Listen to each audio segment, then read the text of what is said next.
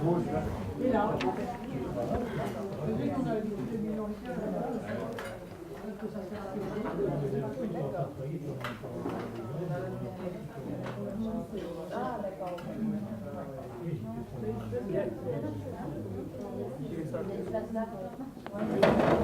what do you think about the picture that's there?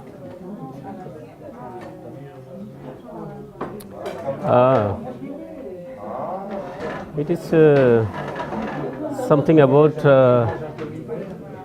agro-business. They have come to trade their red plus. It's a good carbon business. Because if another thing that because red is you know that is intended for developing countries. So you may ask your question why? Why should the developing countries are usually asked to reduce their carbon emission while they didn't even calculate how much carbon emission do the developing countries cause. So I think this is the one of the UN's false solution, which we can say in regard to climate change. So what do you think about it? False solution, but it's good business for corporation. But definitely it has bad impact on the people on the ground because they are proposing red as solution to climate crisis, but it's not the fact. Rather, they are going to aggravate the climate chaos, and they want to do with the red in the developing countries. That's their efforts to trade carbon. They are not going to cut in emission, but they are proposing the developing or least developed countries to adopt red pledge.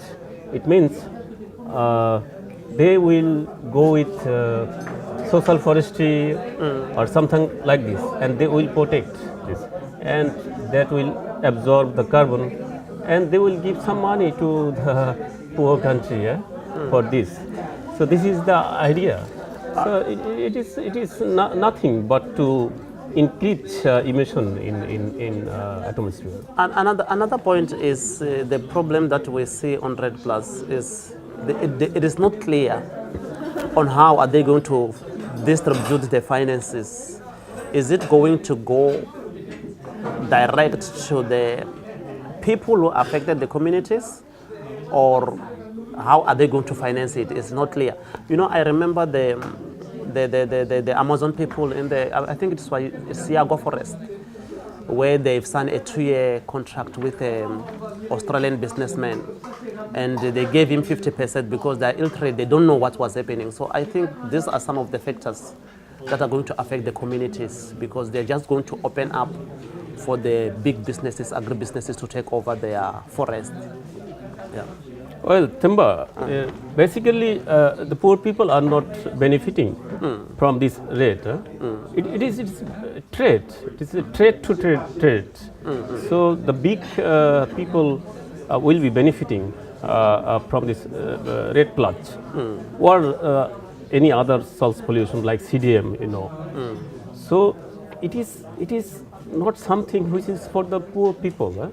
Poor people are victimized all over the world, and especially in my country, Bangladesh, we are asked to accept red plus or CDM, and because we have our big forest, which is called Sundarban, and Sundarban is a mangrove forest, and it's a very big protection against cyclone. But now we are asked to use this Sundarban to absorb the carbon, and the government will benefit from this initiative. It means the developed country will give money to our government for this initiative. But although it is under process, it is underway, but it is some kind of lucrative proposal, some kind of greedy proposal, you can say. See, it's not solution at all.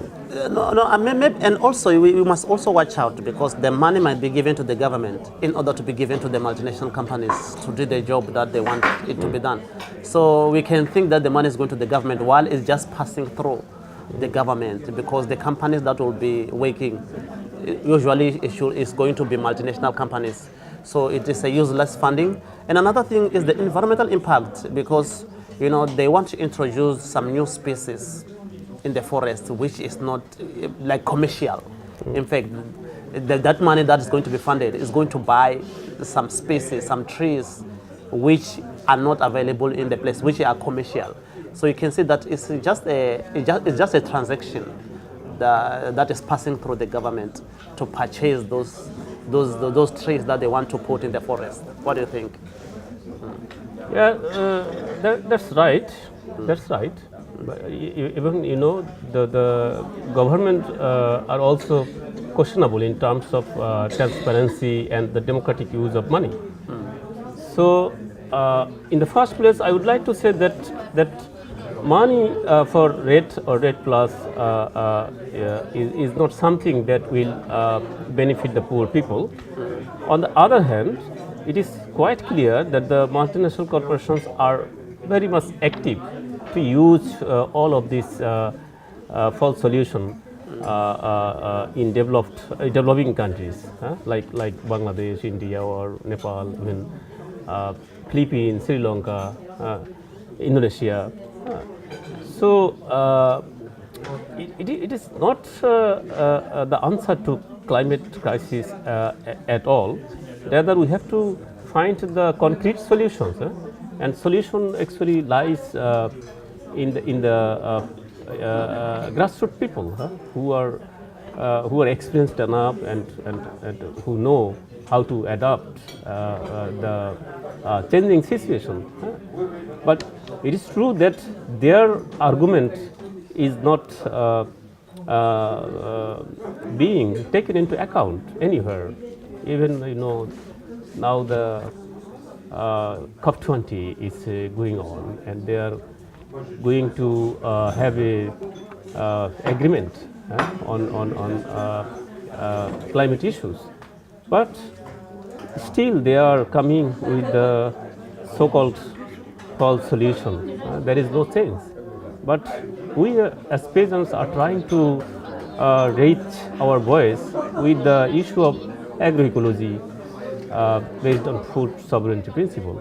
But it is not taken into account anywhere. We are just telling, we are pushing this issue. And of course, there are lots of people who are much aware of the false solution and who are much aware of the peasant agroecology. They are much sympathetic to our argument, but still there are many people who are very much close to big corporations. They have their vested interest with all of this false solution. So they are going with this. Corporations are going with RED Plus like this. You see the briefcase with RED Plus, and he wants to make them convinced. But it's giving them two choices, if you can see. Sorry? It's giving them two choices.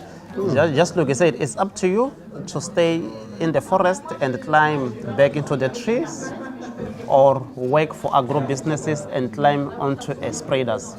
So it's up to people to decide what do they want. I think we must not be, this thing must not be imposed on us. They are always tricky. They have tricky policy.